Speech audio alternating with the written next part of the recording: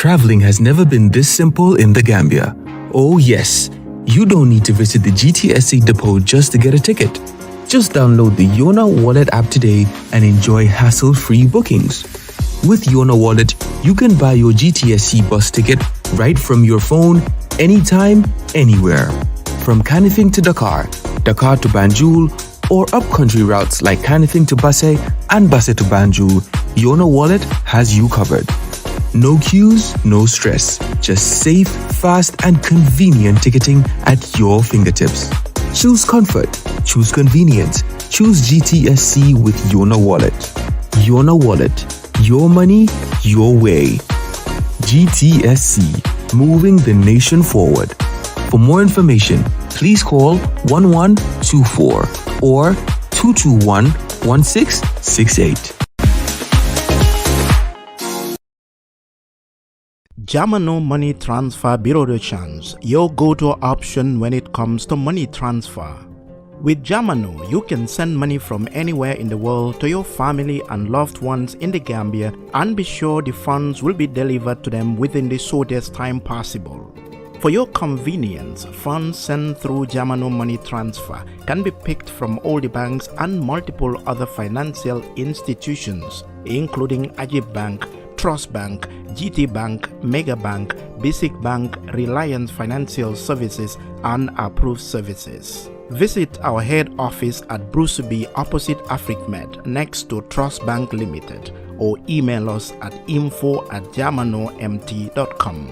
You can as well call us on 310-3050 or 310-3051 or yet still 733-0688. Our opening hours are 8 a.m. to 8 p.m. Monday to Saturday and 9 a.m. to 4 p.m. on Sunday. Jamano Money Transfer, your most trusted money transfer service where customer satisfaction is paramount. When you think of a simple, fast, and reliable money transfer, think Jamano Money Transfer.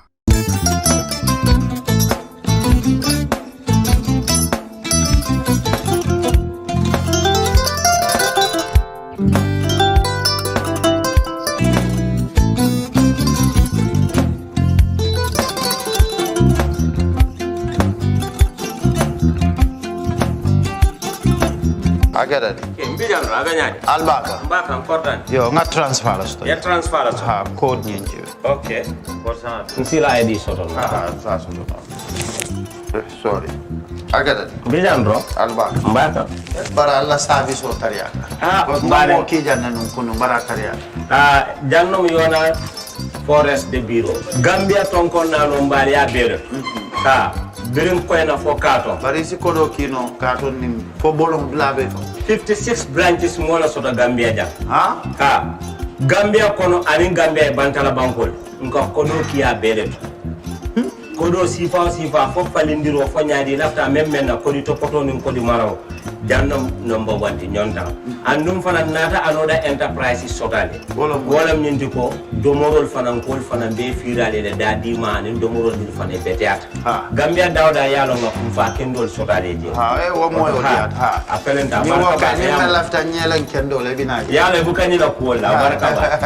Yalo ndel chosano lo. Baraka.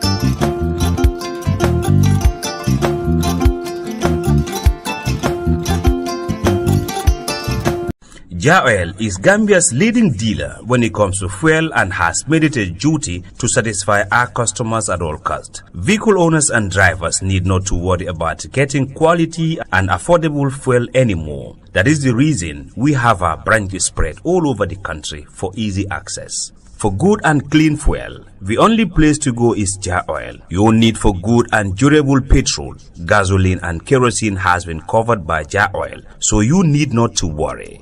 Walk to any of our branches and get served to satisfaction. With Jah Oil, your satisfaction is our priority. That is why we have branches at your doorstep to make accessibility easy for you. With our professional and friendly staff, we can assure you satisfaction. To get the best fuel for your engines, the only place to go is Jah Oil. With Jah Oil, it's all enjoyment. That is why we are offering you low charges at our stations on the Coastal Road and Banjul. For more information, you can call 770-8080, 322-9070, 714-7273, or 387-1321. Ja Oil, the pride of the nation.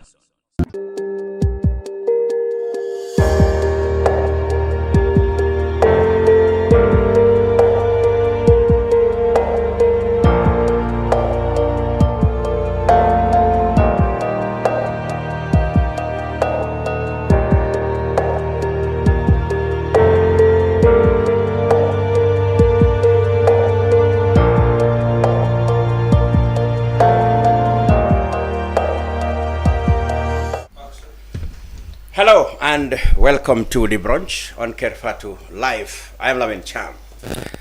This week we will discuss the report released by Gambia Participants, one of the NGO, one of the civic society organizations in the Gambia, who have just conducted an opinion poll telling Gambians after asking Gambians how they feel about key opposition leaders and parties, and how they will vote and how they perceive the elections forecast for 2026 December.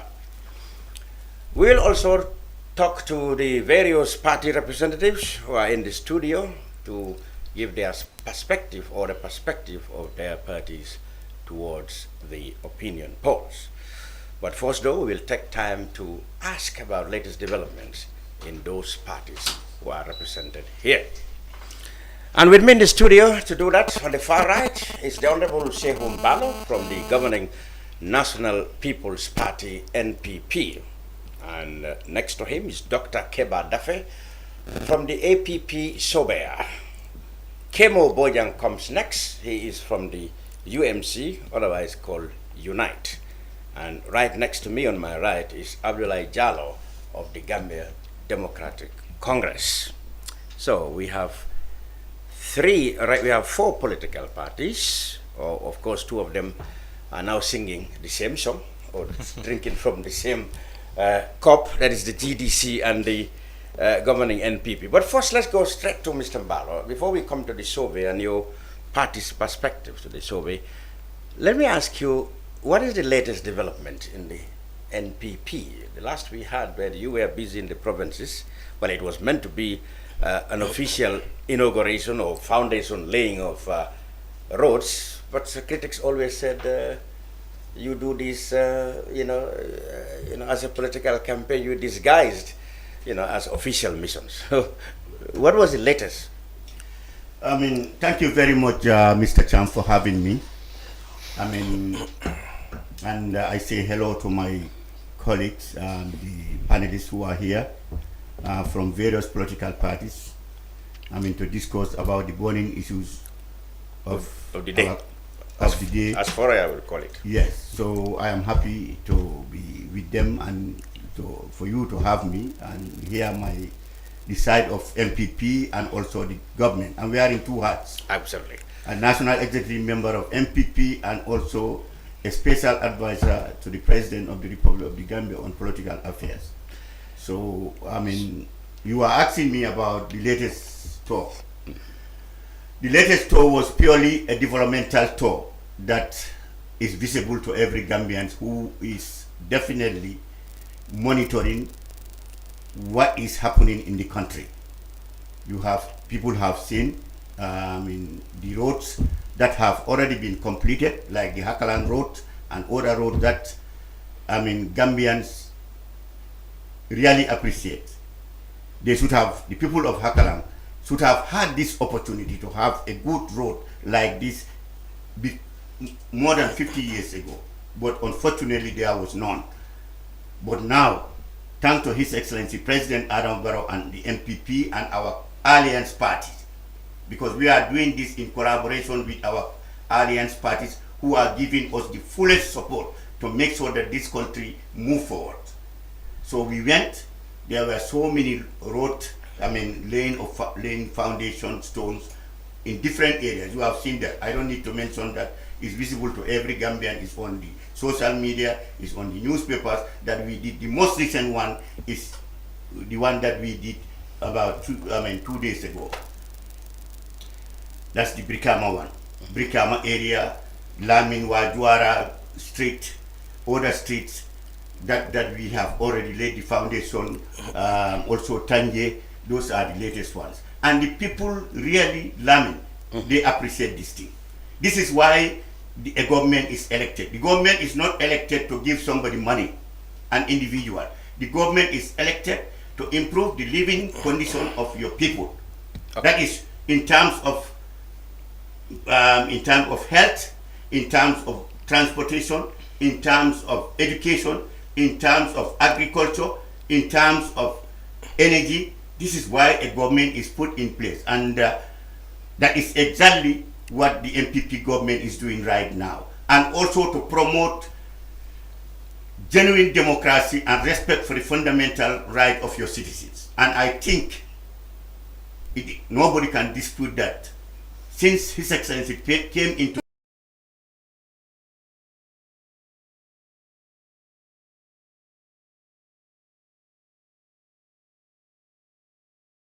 really, me being in the State House, I cannot tell you here how many radio stations, how many television stations that we have in this country. They are all free. They are operating 24/7 without interruptions, without harassment, without intimidations. They are free. And Gambians all over the world are free to come back today because of President Adamo. You can insult Saihou Mballow today while you are in America or in Swiss or in Spain or in France. Tomorrow you land at the airport and shake hands with Saihou Mballow. Nothing will happen to you.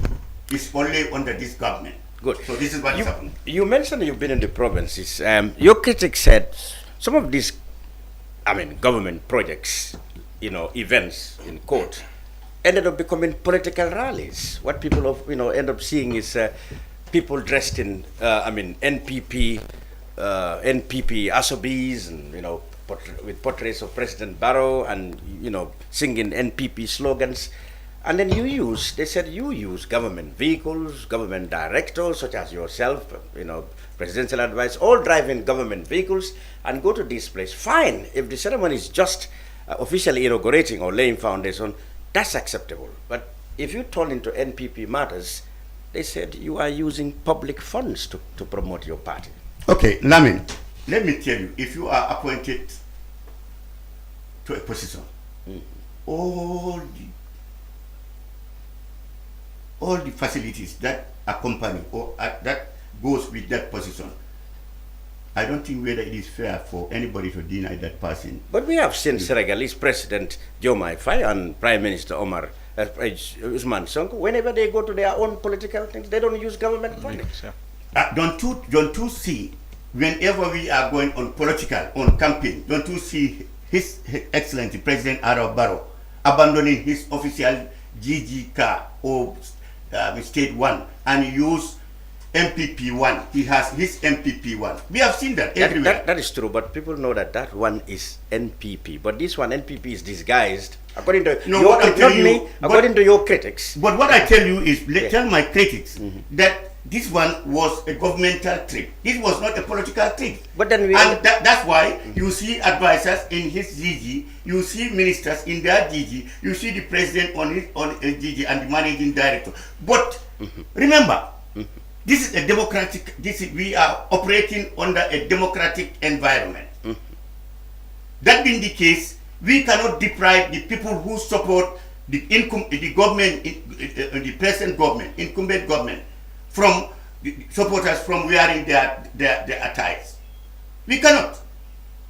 This is their president. They are the people who are campaigning. They are representing the president in their various regions and districts, villages. If the president is visiting their region, who will stop them? Who has the audacity to stop somebody who is supporting a president from wearing whatever you want to wear and welcome him? That is what is happening. Perhaps to say, look, this is an official mission. It's not a political campaign. So let's wait for the... we can only do that if you want us to behave like dictators. And we stop people. Don't talk, don't say this, and which we don't want to do.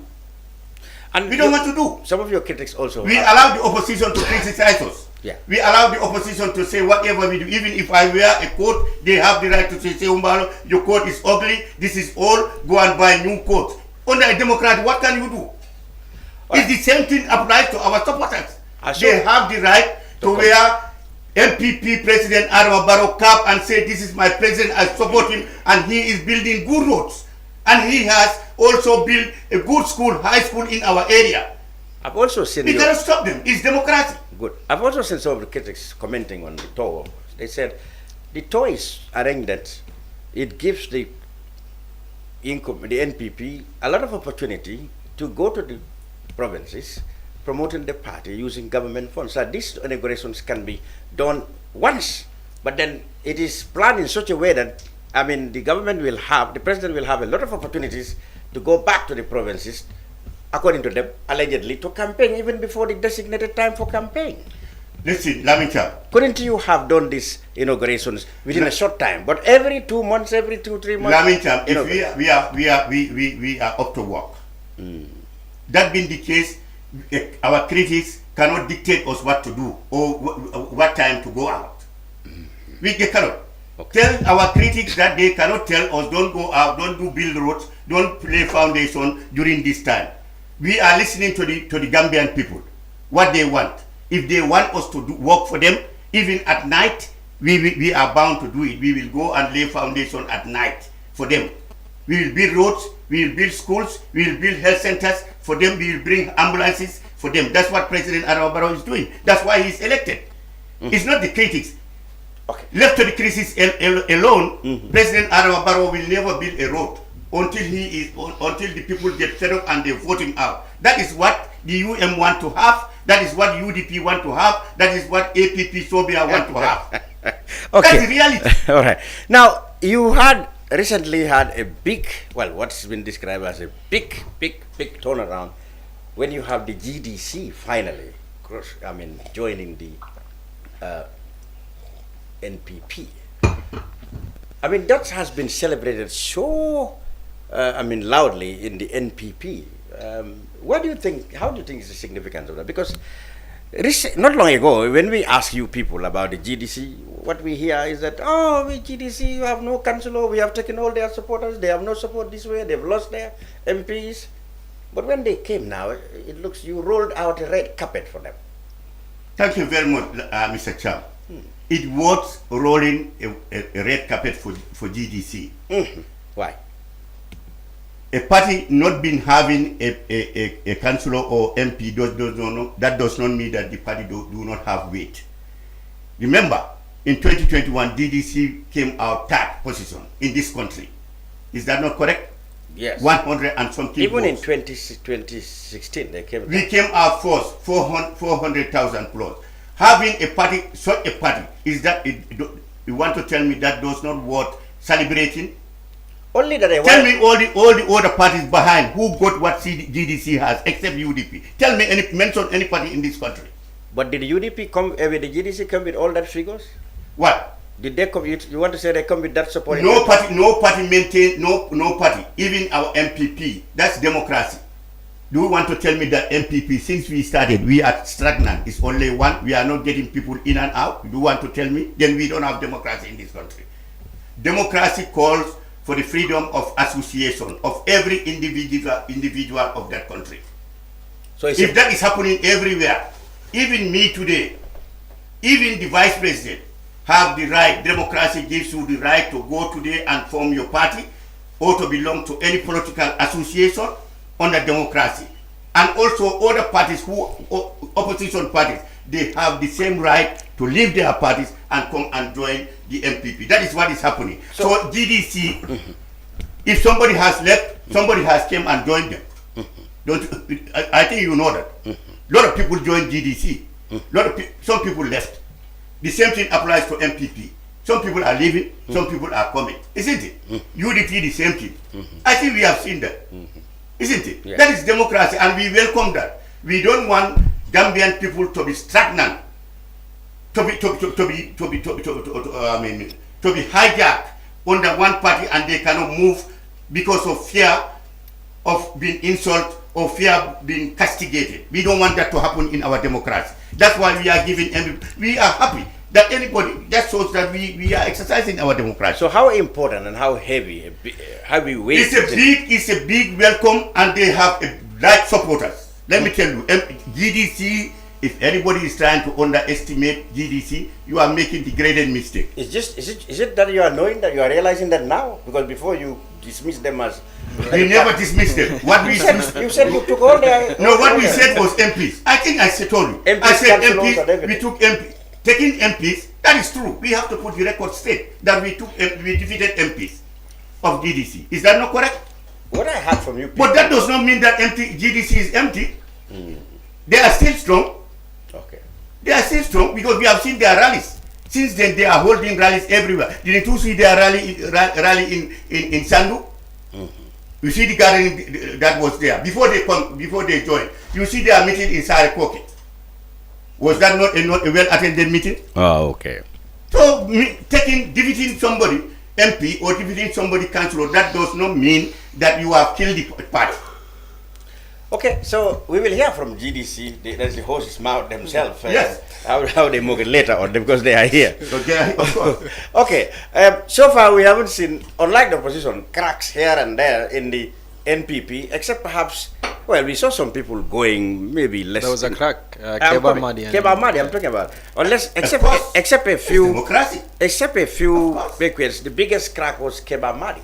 Kebba Madi is really, pulling his weight every day. He demonstrates that he has some substance and might have, in fact, taken away like junk from your party, or perhaps will persuade people who were otherwise going to vote for you to stop it. So, what is your attitude towards Kebba Madi, you the NPP people? Mr. Cham, we have no bad attitude with Kebba Madi. No, what I mean, what do you perceive him? We perceive him, of course, that he is exercising his democratic rights. Kebba Madi has the right to form a party. Kebba Madi has the right today to come and join the NPP. That's not likely. Mark that down. That's not likely, according to his research. So, maybe that's what you think.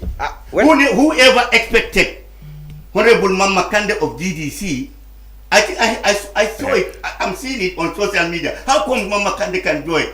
That is politics, Mr. Cham. Politics has no permanent friend and has no permanent enemy. Indeed. Don't you think so? Yeah, that's true. I can fight with Dr. Daffeh today, not fighting, but we can argue. Fighting. Tomorrow we go and sit down at a restaurant, we eat together, he convinced me that what he is up to is the right thing, or I convince him that is only politics that can do that. If you want to do that, I recommend the restaurant today. You take him there from here. Whoever thought, let me give you, whoever thought a party that President Adama Barrow defeated, APRC, in 2016, were you not here? I was here. A party that was in power. Whoever expected on earth these people will come and back President Adama Barrow 100%. Whoever expected. It's only in politics that you can do that. In military, you don't do that. In military, when you have difference, you are a dead man or you are in jail. Okay. But in politics, we can have different. I leave you there. I give a space until you rethink. I approach you. Maybe you come or you think twice. So you believe it's not too late for Kebba Madi to come back? Who? Kebba Madi. Nothing is late. How many months before election? 3 months before election. Even 1 month before election is something. But according to his rhetoric, I am not telling you that Kebba Madi is coming, but what I'm telling you is the possibility of Kebba Madi coming to NPP. It's not a dead chance. Okay. It's not a dead chance. Okay. So yes. Okay. So far that's the biggest crack we have seen. Recently, what did you see? Some parties. Didn't you see some parties from coalition, effect, I don't know what and what? Yeah, you see them jumping? We are coming there. Some of them are coming together, jump from there, one place. Didn't you see that? Yes, we've seen that. They jump and left and went. Yes. Within short time, and this is within 1 month, 30 days. Didn't you see that? If that is possible, what is not possible for parties that we have difference or people who left us to come back? This is my answer to a question. People who are doubting that NPP is cracked, you are wasting your time. Okay, we will come back to you now. Let's cross over to the APP-SobeYaa, represented by Dr. Kebba Daffeh. Dr. Daffeh, before we come to the polls, we want to know exactly what is the position of the APP. The last time we had, you were meant to be part of Coalition 2026, but of course we followed how it ended. There was a lot of disagreement or maybe misgivings that APP has towards the very end of it. Now that has passed, what is the way out for the APP? What can we expect? Are you going solo, or are you still working on having a coalition, or do you still have your doors open to negotiations with all the political? Well, certainly I don't think NPP, but other opposition parties. Are you in talks with them? Thank you very much, Mr. Cham, and good afternoon to everyone, listeners. Thank you. Yes, the APP-SobeYaa has been very active in coalition negotiations within the coalition 2026, as well as the APEX and even other formations. It was unfortunate what has happened with the 2026 coalition, but we are still proactive in APEX and also other coalition initiatives ongoing. Okay. But the possibility of also going alone is on the table. We are presently not at rush to make a decision, but we really would want to partner with like-minded people whom we share the same agenda, and we are convinced that coming together is strength. That is what is actually happening. We are still engaged in negotiations. Yeah. So you mean there is still, you are still engaged in the APEX initiative? Absolutely, we are. You are. We are committed to it too. Okay. And other ongoing coalition negotiations. That's true. Okay. Well, the APP, so we are, has been perceived by so many people to have a lot of potence, a lot of substance in your leader, Esa by Fall. But many people thought, well, as many people have perceived, that your best bet, either it's APP-SobeYaa or any other party in the opposition, is to have a united front.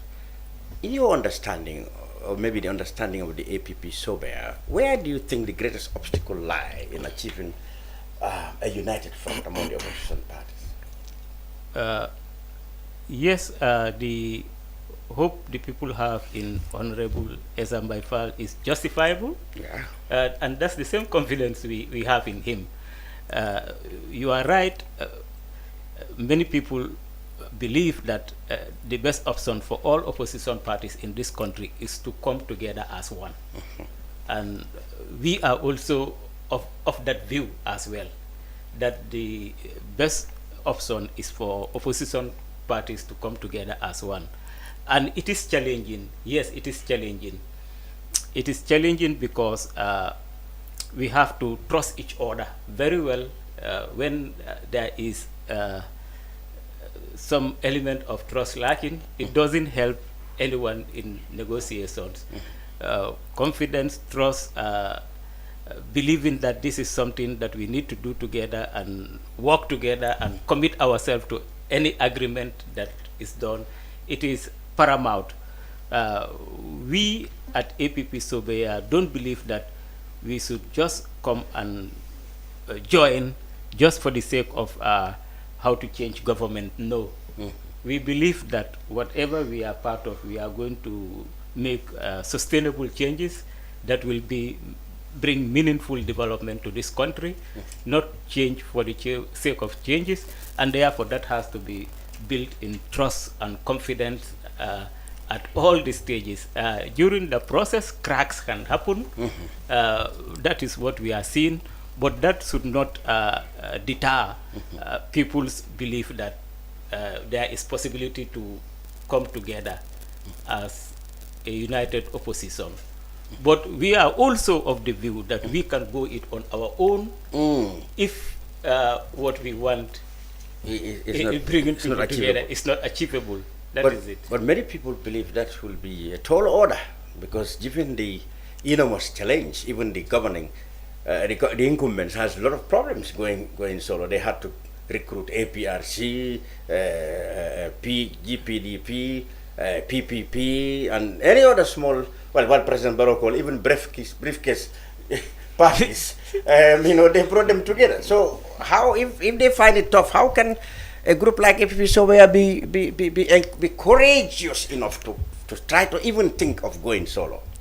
Well, the best option, like I said to you very frankly, is the option of seeing how to work together. But if that fails, the option left is to go it on our own. Absolutely. Is that door you still leave open for talks? Is that door open to still unite? Because, to be frank, I have seen admirers of both sides, who felt disappointed. I mean, they believed that Essa Fall and Talib Bensouda partnership look perhaps more, let's say, more a fantasy to their liking than Essa Fall and Unite breaking up. Is there still a possibility that if many people said it's an issue of egos, if the two sides have their egos down, is there a possibility for them to renegotiate and come together? I would say that the door cannot be closed to any organization as far as organizations in the country are concerned for us, including the Unite. We worked with Unite very closely during the coalition 2026 negotiation. Yeah. I was representing our party there, and Kemo here was also among Which is the why people there. people thought you were natural partners. But there were fundamental differences that came. Differences mainly on matters of trust. That could not be. It was unfortunate. It was unfortunate they were reconciled at that point in time. But frankly speaking, those are fundamental differences that needed to be reconciled at that particular stage. That is what led to. Is it too late to reconcile them?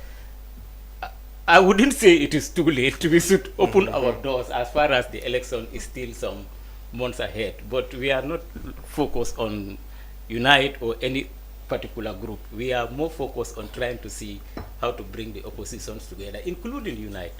And you, Mr. Mballow, wants you to be further and further adrift of each other. That's what Mr. Mballow is. That's my wish. Okay. When you talk about APP-SobeYaa, many people only focus on Essa Fall. They said there's little visibility of people behind him. Yeah. With your emergence, doctor, a doctorate holder, this, and I guess you are just one among others in APP-SobeYaa. I'm impressed. One is now impressed, and it's good to know that there are people behind Mr. Essa Mballow who are really of incredible substance, such as yourself. Who else is in the front row, if I will go to British politics? Okay, thank you very much, Mr. Cham. In fact, I read somewhere not long ago that it's unfortunate opposition parties in this country, they only have leaders that have some accomplishment professionally. They didn't name only APP-SobeYaa, but they named some APP-SobeYaa one where there is only our party leader, Essa Mballow, with such accomplishment. We are proud of his accomplishment. All the Gambians should be proud of his accomplishment. But we also have a lot of seasoned people working within the party. I am a veterinary doctor. Indeed. More than 20, 30 years experience in veterinary medicine. Yeah. Our party president is Dr. Lamin Han Bai, a renowned neurosurgeon working in the United States. Wow. There are a lot of other people in the party, have the executive, have master's degree, seasoned professionals in their areas. So one cannot say that he is the only one in the party. We are proud of him. He is our leader, but we do have a lot of good people. Maila Ture, the deputy party leader to Essa, he is well known in his own area of expertise. There are financial specialists in the party. We have people, professionals in different areas of life, but we also have a lot of other people. We believe that it is not the academic credentials that matter, but what the membership would put on the table, the commitments and what they want to contribute to national development. That is more important than the academic qualification of the membership. We don't have lack of academic qualification, but we don't want to use that because that is not the most important thing to us. Yeah. The most important thing to us is having committed members who can contribute to national development. It doesn't depend on whether one has this degree or that degree. Yeah. Yeah. How far away are the discussions in Apex? We had they have up to the 30th August to. They extended the talks up to the 30th August. Do you expect flag bearer selection or selection of a leader for the Apex initiative by that date? Yeah, it has been extended a bit, like you rightly said, and ongoing negotiations are active right now. We hope for the best outcome. I cannot predict the outcome, but we can hope for the best outcome. Yeah, because many people said, okay, in the Apex initiative, who are left there? The UDP is there. Interestingly, some of the UDP senior officials once hinted that now that they have a coalition, they are no longer in Apex. But we understood the UDP was represented even at the highest level at the talks, in the presence of the Honorable Saihou Mballow, which means UDP is very much committed to Apex as well. Then you have Tabah Rewmi. Yeah, Tabah Rewmi. And you have the Gambia for All. And then you have APP-SobeYaa. Is there any other? Well, for now, I know of APP-SobeYaa, Tabah Rewmi, and UDP, I think. GFA? Yeah. What about GFA? GFA, Gambia for they All. were a part of the process throughout. I believe they might They be. still I'm are. not so. Okay, then that's They still fine. are, yeah. Yeah. Okay, so many people said, in principle and according to rhetoric, Mr. Fall is not known to be a fan of the UDP. If you listen to his previous pronouncements, he's not very much a fan of UDP. Or let's say he's not very much of a.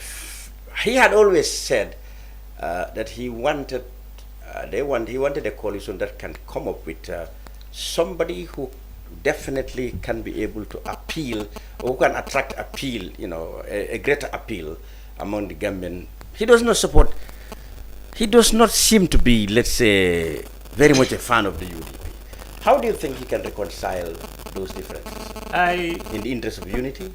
I beg to disagree with that position. Okay. I don't think we can fairly say that He's not a fan of Honorable the UDP. Fall is an open-minded person. Definitely, he is one of the most open-minded I have worked with.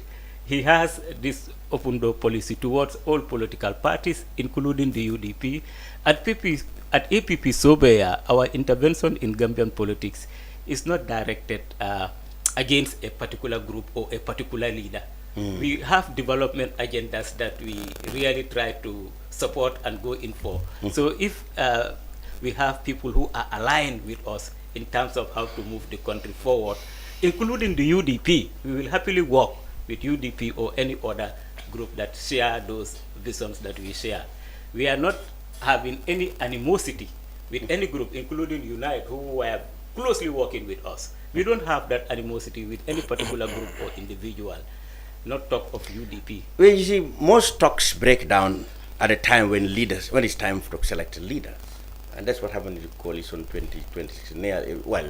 That's where the differences emerged. Given the position of the UDP, they are known not to compromise with anybody when it comes to who will lead whatever coalition they are in.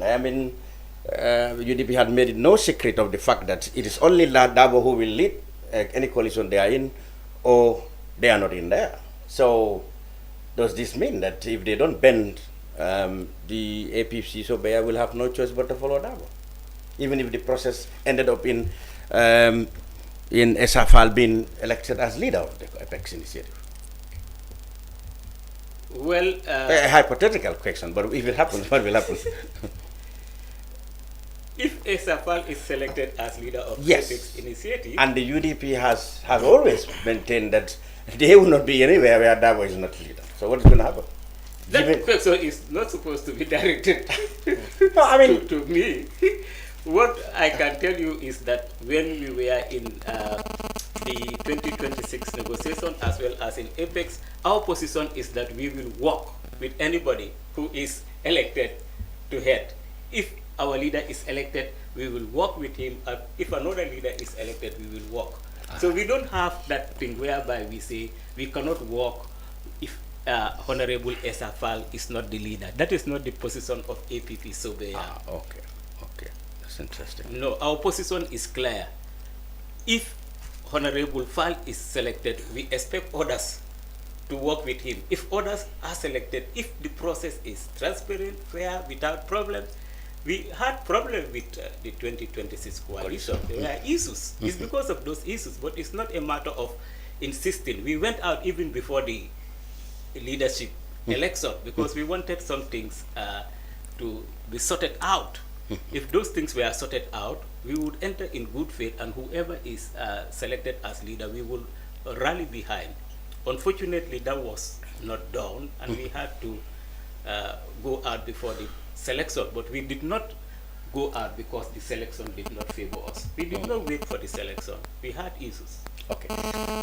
Very quickly, before I go to Unite, you heard what Mr. Mballow said. I mean, he said they have the most electable party. They have delivered to the citizens in terms of infrastructure, health projects, etc. He said people are appreciating the president whenever he comes around to inaugurate or lay foundations for those projects. Critics said those projects laying inaugurations are political campaigns in disguise. Is that what you feel in the APP about it?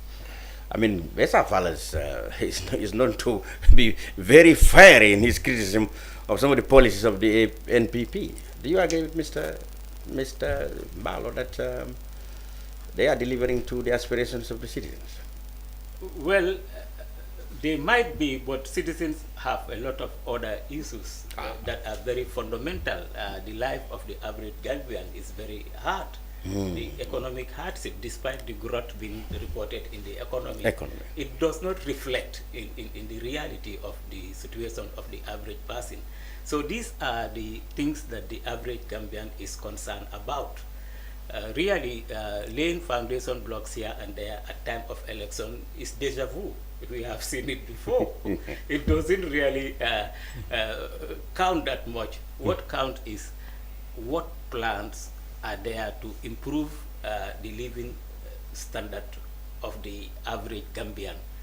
These are matters that are very, very important when it comes to the development issues. We do have fundamental differences with regards to how we want to direct this country. The time would not allow for me to go into that type of detail, but that is where we differ, respectfully differ from them. Yeah, all parties have different ways of doing things, but all within the framework of respect. Yeah, that's it. Good. Unite. Let's hear what is your latest development before we go to the major story. This is the survey. You recently had, well, a signing ceremony, an MOU signing ceremony about 8 orders or 10, I don't know, other parties.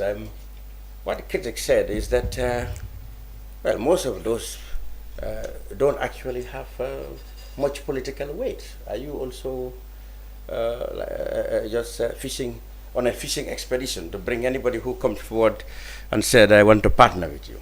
Yes, thank you very much, Mr. Cham. I thought I was going to be a spectator, but I'm glad that I've had the opportunity to speak. And it's a pleasure to be here, and also just saying a big thank you to all of my colleagues here who are my uncles and who are my elder brothers and so. For us at Unite, we had always said that we would listen to the Gambian people and deliver what they want. And what has been paramount in the conversation, especially among opposition parties, is to build a united front that will address the wishes and aspirations of the Gambian people. We have taken part in multiple conversations on opposition's coalition building processes. Yes. And we came out becoming the candidate for Coalition 2026, which took us 15 months to build. And regardless, at Unite, we do not, we see everybody as a potential partner, regardless of your political strength. And in that room, we believe dedicated Gambians who love their country and who have put aside their differences came together to have one ambition, to have one idea, and to have a common positioning that we need change. That being the case, are they a political party? Are they movements? Are they, CSOs? We feel it is important that their voices are heard. For example, you made mention of NDP, for example. NDP isn't yet a political party, but NDP has more strength than most, registered political parties in this country. Okay. So a legality cannot be a measure of an entity's viability, because being a registered party or not is a legal issue. Okay. Because it's more about getting a certificate to become a political party. Okay. But what we are seeing is that we feel that we can be an umbrella, and we have mentioned that Unite is a cosmopolitan political party, that we believe that we can bring all political actors together to be able to effect the change that we want. We are glad that after the process, we came out to become the candidates of that coalition vehicle, and we are hopeful that we will be able to effect the change that we want to see in this country. Critics said you were always hell-bent on being a candidate in the elections, that you were never going to cede that ambition to anybody. People said that was led to the problems, in the coalition 2026. What do you Everybody that came into that room was hell-bent on being the candidate. Nobody came there to lose. So we came there to be candidate, likewise APP-SobeYaa, likewise the UDP, likewise everybody else. So we were invited to a talk. We came to the talk. We made sure that we put our case forward, and we are glad that we got the candidacy. But we wouldn't have also come to a coalition discussion if we were not ready to compromise. Those who were not ready to compromise left when they knew that their position will not be accepted. But we stayed, we kept pushing. Not when they knew that the rules have been skewed against them, because that's what they said. That is what anybody would say if they feel that. You spoke. But the chairman has changed his mind now. So. Yes. No, but I'll also appreciate when I'm speaking. I am given the opportunity to complete. Yes, because yeah. So we came into that room 3 weeks after the talks were started. The person who initiated the talks left the talks and joined another coalition. So it was never our talk. And the people in those talks, for example, Mr. Lawyer Hassan Martin, when we left the UDP, came out to say that we had blown our political future. So we had multiple entities in that room. So the room was never in our control. So if you are able to build alliances, and then those alliances support your candidacy, that there's absolutely nothing wrong with that. In fact, that is why we were in that room, to build consensus. And we were able to build a consensus, and we had the support of the room, and then we came out successful. So if, like he's mentioned, the chairman said he was going to investigate the allegations that were that you people and he came out with a statement to say that the allegations have been found to be false. The chairman, Mr. Mballow, has since changed his word. Yeah, he said the allegations were false. So Mr.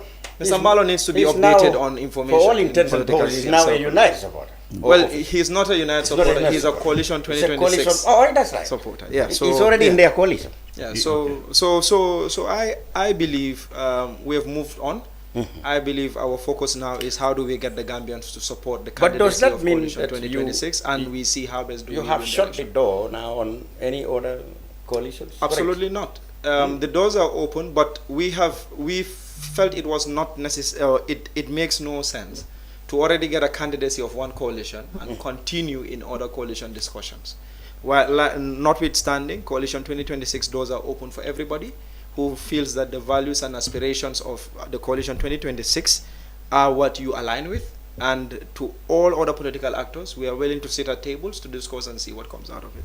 Well, people are still playing with the idea that, okay, there could be 3, 4 alliances, but then the common sense is that these alliances can come together to form a big alliance. Isn't that not a possibility? If that is but that would be difficult if each side is hell-bent on leading or never participate. I mean, everybody comes into a political discussion to lead. I think we need to also be honest with ourselves.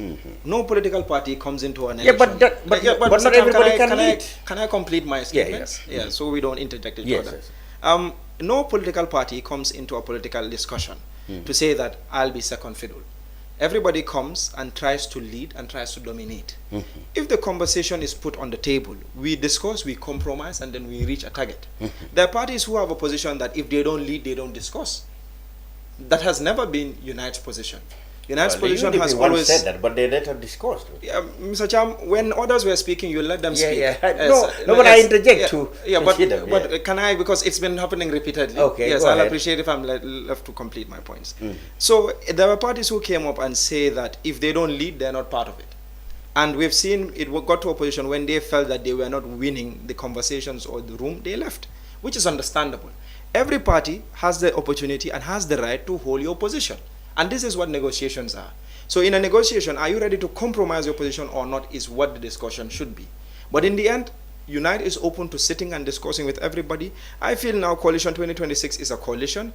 There's another group, I believe, called Gambia First. There's nothing wrong in different coalition platforms sitting together now as coalitions to discuss and see what is the way forward. In the end, I believe that what we want to do and what we want to see is a change of government. And we believe, for example, I keep on saying in multiple media platforms that I've been to, that the difference we have with APP-SobeYaa is a procedural difference, but it's not an institutional difference. Our beliefs on issues are different, but it doesn't mean that we cannot sit on a table and discuss and see the way forward. Because in the end, I believe the Gambians in APP-SobeYaa are loving Gambians who are patriotic and who want to see best for their country. It's the same as members within Unite.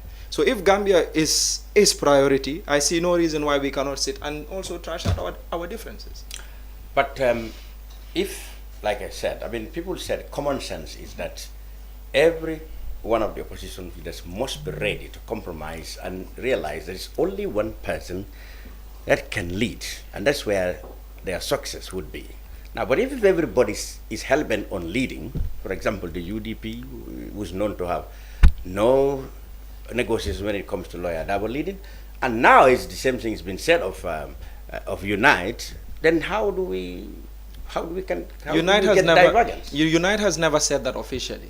Well, these are discussions that have been said by... Well, the criticism is that, by critics, is that Unite is hell-bent on going to the ballot box with Talib. Otherwise... I am spokesperson of Unite. I speak for Unite. That's not the I have never gone to any platform to say that. But we will defend and we will put forward our candidacy and we will bring it to the table. And at the table is where compromises are reached, but we will not also succumb just because we need to succumb. It has to be based on reasons that are best for the country, because we believe our candidate is best for the country. You've recently been in the provinces, I will call the lion's den, because when you go to the URR and said you want to campaign against the NPP, one could say you went to the lion's den. When you came back, your officials said the reported dominance of the NPP in the area is over-exaggerated. We believe so. How dare you said, I mean, the support there for Barrow is over-exaggerated? What gives you that confidence? We believe so. We do our assessments monthly within Unite, and we know where our strengths and our weaknesses lie, or our challenges lie. We have visited communities in recent weeks, and we have seen the transition that has also happened politically in those areas. I can tell you for a fact that URR is not a game over position for the NPP. There's a lot of shifting that has happened there, and we have seen it. We have been appreciated by the communities in the URR. We have been given the go-ahead to venture into it, and we believe that we have made tremendous gains. And other opposition political parties are also making tremendous gains. And I think the data that we have seen recently, or the day before yesterday, also just cements that position, that it is not a game over position for anybody. It's an open game, and even within the URR, it is open. Okay, let's move on to Mr. Jallow of the GDC. Abdoulie Jallow of the Gambia Democratic Congress. Welcome to the brunch. I mean, the issue I wanted to discuss is how come after so many years of antagonism, that is it, because I mean, your opposition to Barrow over the last 10 years has a different dimension in the fact that there was a local derby between the leaders of your party in Jimara constituency, for example. President Barrow was defeated in the 2007 legislative elections, but at the national level, he defeated Mama Kande. But despite that last laugh for Barrow, Mama Kande resisted any temptation to join him for over 10 years. Why do you think Mama Kande now, as critics said, is ready to surrender his pride? Thank you, Mr. Chair, and for the invitation, and also to my colleagues here in the panel. What you have just asked, Mama Kande and the President, Adama Barrow, you know, GDC and NPP, we share the same support base. Really? Yes. And I think everyone here can justify that. That we have been criticizing, we have not been criticizing the person himself, but whichever government is in the play, you know, whatever goes wrong, I think every other opposition party has to criticize. This is the only way a government can learn, you know, and do the right thing. And what we have seen in the past, and what we have contributed to national development here in this country, we have lately realized that this is exactly what is going on in government. We have made the thought together, you know, and I have seen the developments that are taking place. Not only the road networks that the NPP government has done, but also, you know, the rice fields, for example, in Wasu. And I believe, strongly believe, that if this trend continues with the rice fields in the agricultural sector, I believe within the next 2 or 3 years, this country will be self-sufficient in food. I strongly believe in that. And you just need to go there and look at it yourself, you know, to be your own witness. You know, it is not only shouting here outside, you know, and the GDC, everyone knows, is or has contributed a lot in towards national development. Digging alone 140 boreholes, clean water, giving over 200 communities the access to clean water, supporting hospitals, you know, building bridges, building farms or whatever, gardens for women, you know, and so many other things. Name them. I don't think if any political party would take $70 million and give it just like that to the communities. That's the only party GDC has done that. 70 so million? Far, over 70 million, because each of our boreholes is costing over $500,000 to $600,000 that we built. Now, so therefore, we have seen the same trend going on in government now. And to reach our aim, because we are opposition, we want to do something for this country, we want to realize something. And coming together with the NPP, we strongly believe that we can transform this country into what we want to see. So you just realizing that after all the NPP was doing well, all the last 10 years you didn't realize it, you didn't see that? We not just realizing, I'm just saying what we have just seen, you know.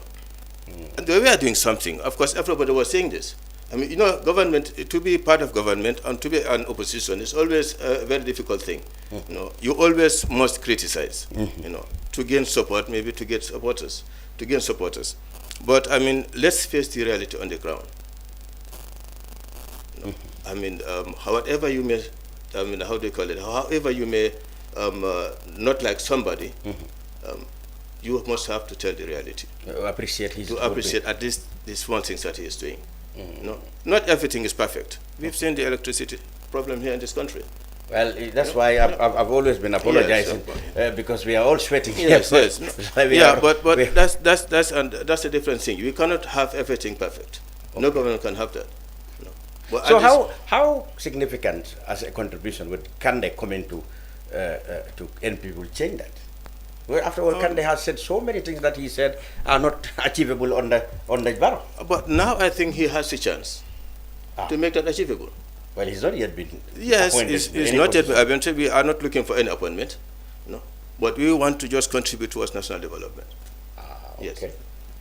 Now, In the past, it's been said that GDC lost all its support to either NPP or NRP. But we saw Mr. Mballow and others roll the red carpet for Mr. Kande. I mean, why do you think the NPP gave you such a rousing welcome? Well, NPP knows what we have in terms of support. They know it. Even when they defeated you in Nyamina West and, they are your former, candidates all been changing. Yeah, but how many of our candidates swapped to NPP?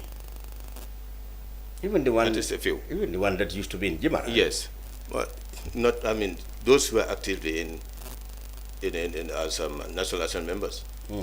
At least two, I think. Several. Two of them swapped to NPP. So, but that is not the end of the story. What is important for us today is the support that we had yesterday. We have more than that support today. Okay. There is a wave of people coming from whichever party they are coming from, but they are coming to the GDC. We have seen the membership that we lost. People who had been there in 2016, whom we have never seen again. All of them coming back together, coming back and back again to the GDC. When we joined forces with the NPP. Okay, this so is your like quarrel with them was that they wanted all along they wanted this you is to like vote a NPP. national demand. Okay. People wanted to see this. I see. Yes, people wanted to have this NPP GDC together. Okay. And now it is there. Okay. So symbolically, you think even him coming to, to work with Barrow really is the aspiration of the supporters on both sides? On all sides. Because, I mean, before we joined the NPP, we made a nationwide consultation. We had a group from our executive members who went to all our committees on the ground, and put all these viable candidates for them. Say, these are the people that are going to elections. We are now in the coalition talks, So this is what is going on. So where would you advise us? And they said? And they said the NPP. Over 90% of the people said NPP. Why is it that some members of the executive disagreed and even resigned? I mean, a lot of them, yeah. How many of them? Big wigs like Omar Cisse. Omar Cisse was never active there. Ibrahim Anyang has several others. Ibrahim Anyang has not resigned. Oh, but he's spoken against. He seemed to speak. Yeah, you might. I mean, we cannot have the same opinion when issues come. How many have resigned? So far, I have seen only one resignation. Who's that? Omar Cisse? That is Omar Cisse, who had been maybe 4 years even before, not been active here in this country. He's also not even an active executive member, because he was abroad in Japan when he came back. In fact, I personally faced him and asked him, "Are you still with us?" He said, "Yes, I am with you." But he never ever participated. But you think his points are not valid when he expressed we all have different political opinions. We cannot force anybody to stay with the GDC, and we are not going to also eliminate anybody from the GDC. What happened to parties that aligned with the ruling party? Normally, they die. I mean, they are swallowed. They ended up being swallowed by the governing party, as we have seen. Well, APRC, they could say they're still. In fact, let me say the faction of Fabakary Tombong, because APRC, obviously everybody knows, is very much two parts. The faction with Fabakary Tombong. We have seen that they can no longer criticize, the NPP government. They can no longer, make pronouncements that they used to be doing. And Mama Kande is known to be a very fierce critic of the system. You think he may have lost that platform now? Kande hasn't lost anything. GDC still remains GDC, as NPP is NPP. We have an alliance agreement. Would you be allowed to put in candidates for elections where the NCP doesn't allow? I think we have an agreement, and both parties are satisfied with that agreement. What is in that agreement? That is not to be exposed. It's like APRC and NPP. No, I think we all happy with what we have. So therefore, it's not even about not for public consumption. No, not for public consumption. Not at all. Okay, so what next for the GDC now? We have seen that. Or are you waiting for? Did Mr. Barrow tell you, let's work for the election first before I can give you whatever you want? Like we've seen. We haven't demanded anything. Are you sure you haven't demanded anything? No. We haven't demanded anything. What we want is just to work with the NPP and its alliance partners. So therefore, we'll have to sit together, which has not been done, not yet been done. All our committees, regional committees, they are already collaborating. They are working together, coming together. I mean, to strategize how to work together towards the elections. So the priority is let's get Barrow re-elected first. Yeah, exactly. And then we can start asking for our. No, we are not going to ask anything, as Skandi already said at the State House. You know, we are not coming to ask for anything. We are coming to work with the NPP. Okay, yes. okay, all right. So we are now going to the SOBYAs finally, because apparently we are not been favored by NAWEC. Actually, we are running on on our backups. I mean, the studio is very hot, so we're gonna make this section a little bit shorter than we actually anticipated. And that is the survey. I'll start that straight from Mr. Mballow, if we can very quickly give our assessments. The Gambia participants yesterday came out with an opinion poll telling the people what they have come across in terms of perceptions as to how the elections will look like in December 2016. The key takeaways there are, well, there are many, but then there seem to be a lot of disagreement on many of them. But Mr. Mballow, let me ask you, if somebody said Barrow's likability of election or appeal is now 32% only, do you think that's a fair representation of what you think people think of Barrow on the NPP? Well, I mean, thank you very much for asking me that question. What I believe is, I mean, the Marian, the Gambia participate has failed. Really? In this survey. Oh, how do they fail? In certain parts. Okay. I'm not saying totally everything is a failure, but according to this data that they have produced, it is totally inaccurate. How and where do you think they fail? Number one, there is nowhere where PDOIs, which is a party that is existing, has been mentioned anywhere in this. But then there is a column called orders or order. No, you cannot register political party that is participating. Why should you categorize them under order? Yes, because that's no. I mean, go ahead. Okay, go ahead. You cannot categorize a party. We all know. I mean, PDOI is not a small party in the history of politics in this country, compared to some parties that are making noise today. I don't know when you have started fighting the corner for Doi. I'm talking about. Listen. No, tell me about NPP. No. We have to. We have to analyze the data. That's part of your analysis. You want me just to defend? So all that is part of your analysis. So you don't want me to analyze any other I want your reaction. Then I will not mention UMC. You know, Doi can speak for themselves very well. No. But they are not here. Okay, but they are political. I'm a special advisor on political affairs. Okay, I accept. That means. Go ahead. Any politics, political activities in this country, I should be aware of what is happening. Exactly. Okay. That's why I mentioned Doi. So I'm not a Doi. Okay. I'm not a Doi sympathizer. But Doi being a registered political party, well before many political parties that are existing today, I believe anybody who is making a survey their presence should be featured. So in the absence of that, it should be mentioned by people who are active in politics. That's what I'm doing. Okay.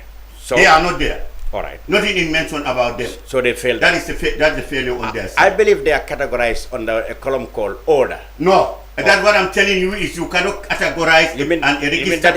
It's not a movement. Okay. Doi is not a movement. Okay. How many times Halifa Saleh or Sidia contested elections here? We know. More than 2 times, more than 3 times. Okay. Isn't it? Yes. And still they are stakeholders in this country. Okay. If you are conducting any, let me tell you, any survey, political survey in this country, you don't neglect them, you don't sideline them. Feature them. Even whereas they're going to get 0, mention them. It's not there. Yeah. That's the failure that I have noticed. Number 2. Yes. Maybe the data was conducted 3 months, 4 months before coming out now. If not, why mention Mama Kande, who has announced publicly that he is not a contestant in the 2026 presidential election, and you give him 2%? Well, obviously the data you know that the movement of Kande to GDC was to NPP was just yesterday. So the data definitely, when it was being collected, Kande was full-time opposition party. And even whereas it was full-time as a candidate, yeah, they categorized him. Let's take that. He was categorized as somebody who is a potential contestant in the 2026 election. Yeah. Let's take that. Kande, who was in the third position in 2021, and knowing Kande's followers. Well, Kande's man is here, so you no, save your energy for that. You don't. We have to analyze. Okay. We have to. You want me just to defend? Okay, now I will leave all my analysis. I mean, since you have Kande's man here. No, but no. You ask me. Go ahead. How do I see? Okay. Generally, I have to tell you. Generally, yes. Generally, how the fraud that I noticed. So you think giving 3% of Kande was not 3%? They gave him 2%. 2% was grossly. That was grossly unrepresentative of. That was genuinely unrepresentative. Okay. On the side of the GDC. Okay. Let's forget about Kande, but the party GDC. Okay. It was unfair and it was inaccurate to give him 3%. Okay. I know that. Okay. For MPP, giving us 32% was totally inaccurate and it was wrong. I don't know how they did it, but I am telling them that it is not correct, and I didn't agree with it. Many people didn't agree with this survey. Most people said surveys are not necessarily things that are outright the Bible or the Quran. I know that. But then they give a perspective. But they should be very close and at least give an honest accuracy. And Gambia participants believe that this is definitely, the narrow margin is very small in the perception of people, what they have come out with. That's what I'm telling you. But if they believe that, I also believe that majority of Gambians believe, this is what I'm telling you here. This is what I'm telling you. They have the right as an organization to come out. But we Gambians also have our right to come and debate and also point out our faults that we have noticed in their data. This is what I'm telling you. What about that the data is inaccurate? I mean, we can pull, and if time will tell, we will pull more than this in the 2026 election. I will tell, we'll come back here. Do you mark this date? Do you agree with 24% for UDP and 19% for? I don't agree with that. That one also I don't agree. You said you don't want me to mention. No, go ahead. If I analyze, you said you will general. Go ahead. What I'm telling you is that it's unfair on the side of they were unfair on the side of the UDP and to give UDP what's the name? The percentage that they gave them. 25%. 25%, which is actually an improvement from the last one. It doesn't matter. It's not about. It's about you give somebody 2% improvement. That's not what we look at. We're looking we're looking about accuracy. We talk about accuracy here, not about you just to please somebody and give him increment of 2%. UDP can pull today. UDP can beat UMC in the elections. I'm telling you this. It's not. I'm not a UDP, but if you give me the analysis and knowing UDP representation throughout the country, how can UMC, how can somebody of your right mind say that they can have 25 and UDP have I don't know. They said 19 for UMC. That is inaccurate.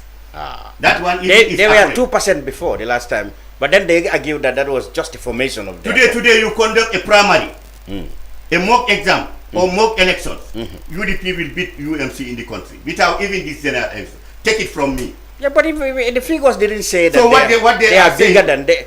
It's more than this. No, what they're showing. They are trying. The way I see it, they are trying to promote UMC as they are coming up and they are popular, which is not accurate. I see.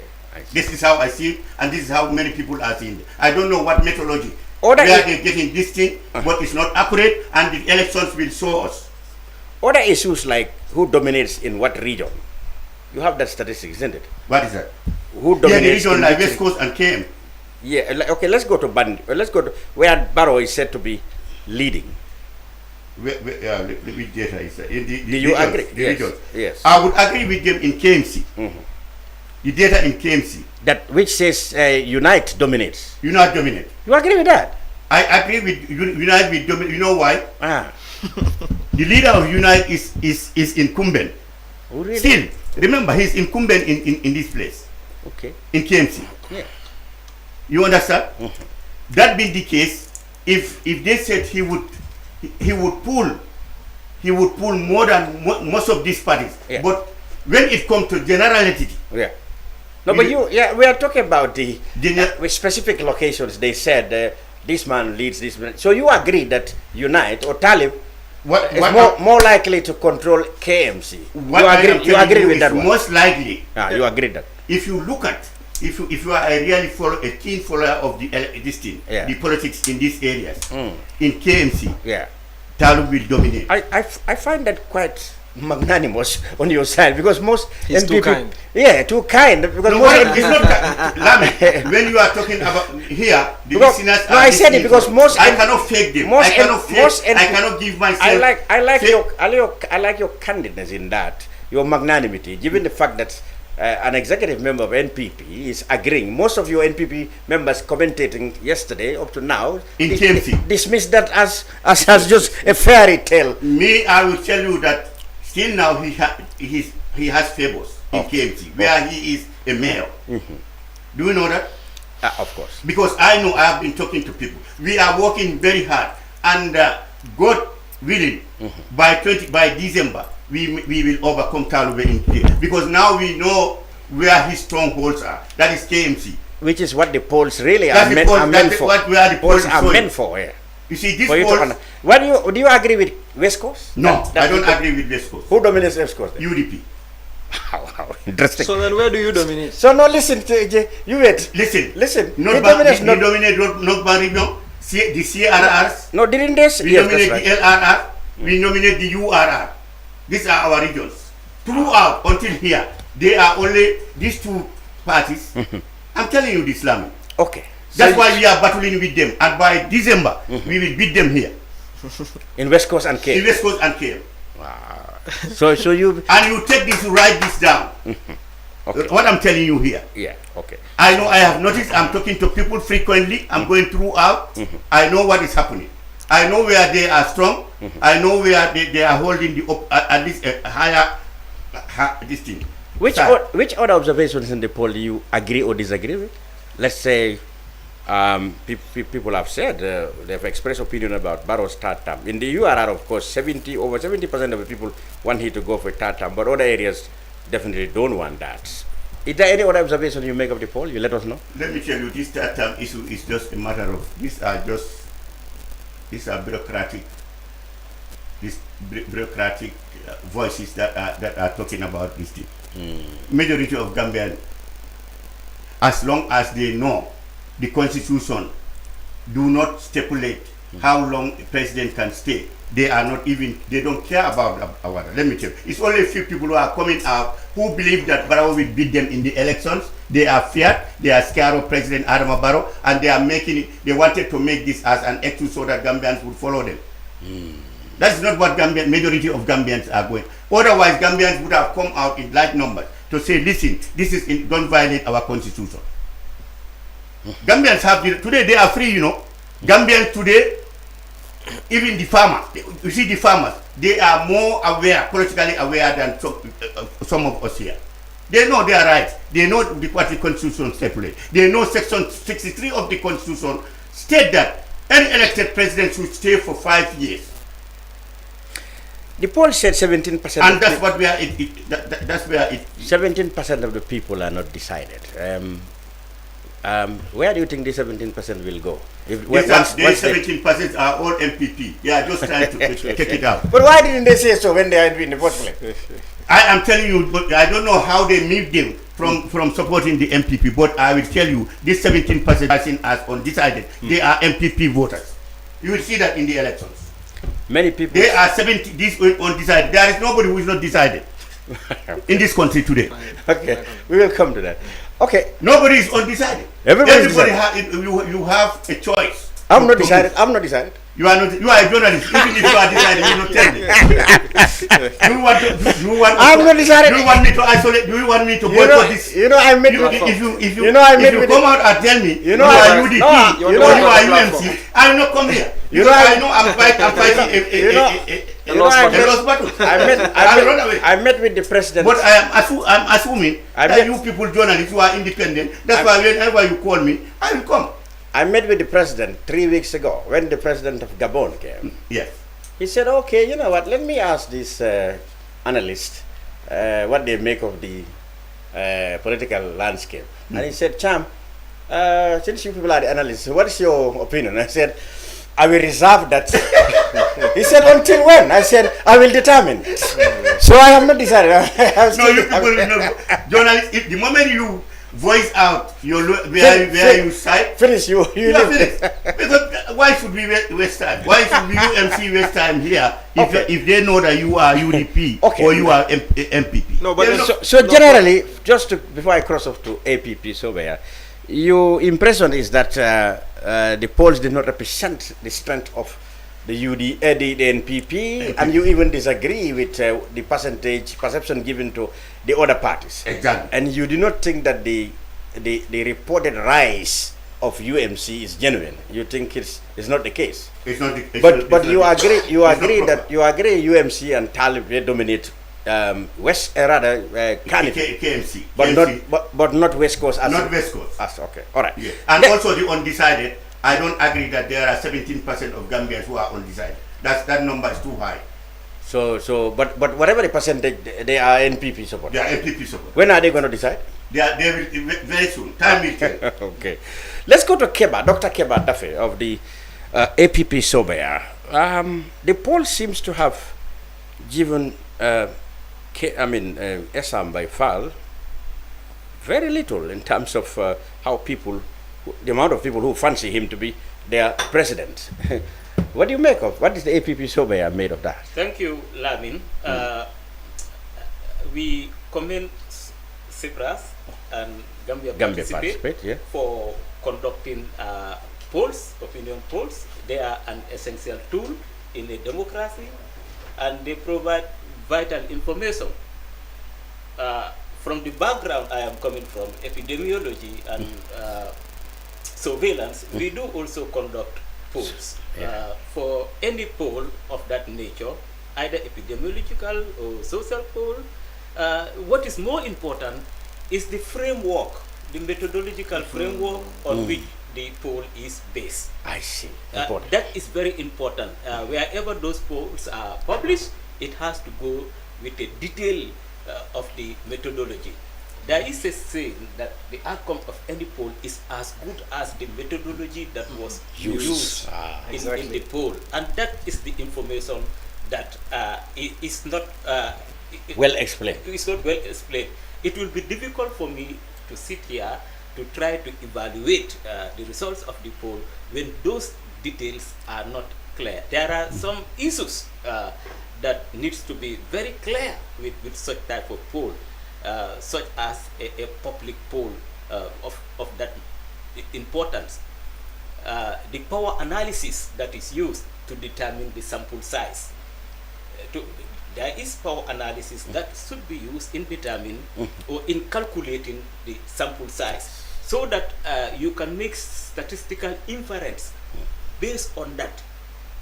If the sample size is calculated correctly, one can be able to say with certain level of confidence, the confidence level, confidence interval, that okay, if this much number is sample, whatever outcome, we can infer it to the general population. That detail I don't have. The other thing that is necessary in this type of study is probability proportional to size. I don't have the details of how they conducted the process. We know that there are regions with varying populations. The weighing system. How many percent based on the actual voters in each region was used to determine that detail I don't have. The other thing is the actual, let's say, like segmentation, population segments. The young people, demography. They are very important. The demographic dividend. How has it been factored in? Stratification. When you are doing such type of survey, stratification technique to ensure that those things are clear. I don't doubt the result of this poll. I don't doubt, but I don't have any basis to evaluate it, to say it is not correct or it is correct.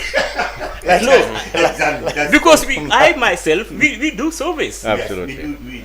We've been conducting surveys not long ago. We did one for a particular disease in the Gambia to find out the prevalence level of that disease, and we did collect samples on regions, on district, based on the actual population of that particular animal in that area. So those things are very essential. If we don't have that, it will be very difficult for us to talk much about it. We commend the initiative. It is commendable. They do a great job in trying to provide that perspective. But it's also important for such data to be respected, to command that type of respect that the data needs to authority. You have to provide more details about that, so that people can really see that this is the process.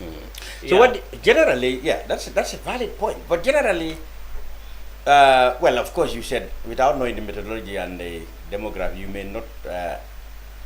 I don't dispute the data. You might not quite but align yourself to one thing. I would not be able to say much about it, but I don't dispute that. I cannot say it is wrong. I cannot say it is correct.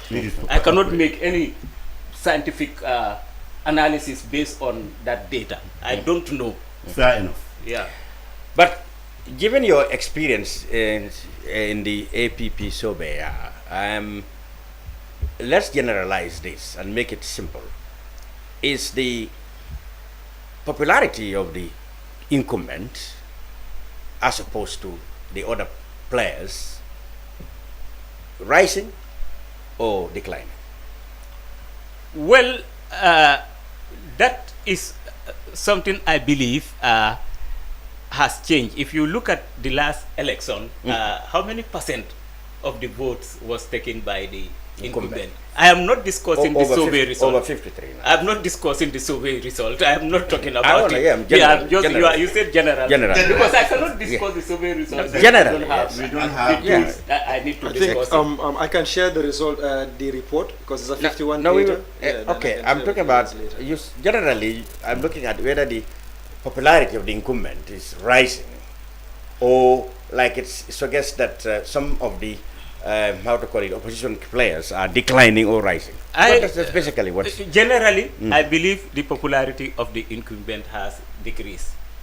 It has decreased significantly, but I would not be able to base it on any scientific evidence. Okay. Yeah. But given that's my perception based on information that I get in talking with people. I come from a scientific background, so therefore we cannot use perception. But like the way you've asked, I would say that my own perception is that the popularity of the incumbent is on the decrease. And you didn't say that on account of the fact that you are in the opposition? No, it's not based on the fact that I am on the opposition. Okay. I am not talking about this matter as an opposition. As a Gambian citizen. Yeah, as a Gambian citizen, and also with as somebody who has a background in this type of matters. Okay. Yeah. Unite. Kemo, I think if there's any political party that came out first to react positively towards the survey was Unite. Yes. Your party said you welcomed it. Yes. Is that because it painted your party the most brightest, in the survey, or you definitely believe in the data? We are data-driven people, and we have always put that argument forward. In fact, when we were polled at 2%, we had come out to also say that we welcome the data. because we believe that data are collected to give people an understanding of a reality happening in a certain period of time. And I'll just like to correct some issues that have been said by co-panelist Mr. Mballow. I think what I can do for you is I can provide the report so you can read it and have better understanding of what it says. It's just news. It was yesterday. Because most of these things that you have mentioned here have been highlighted in the report.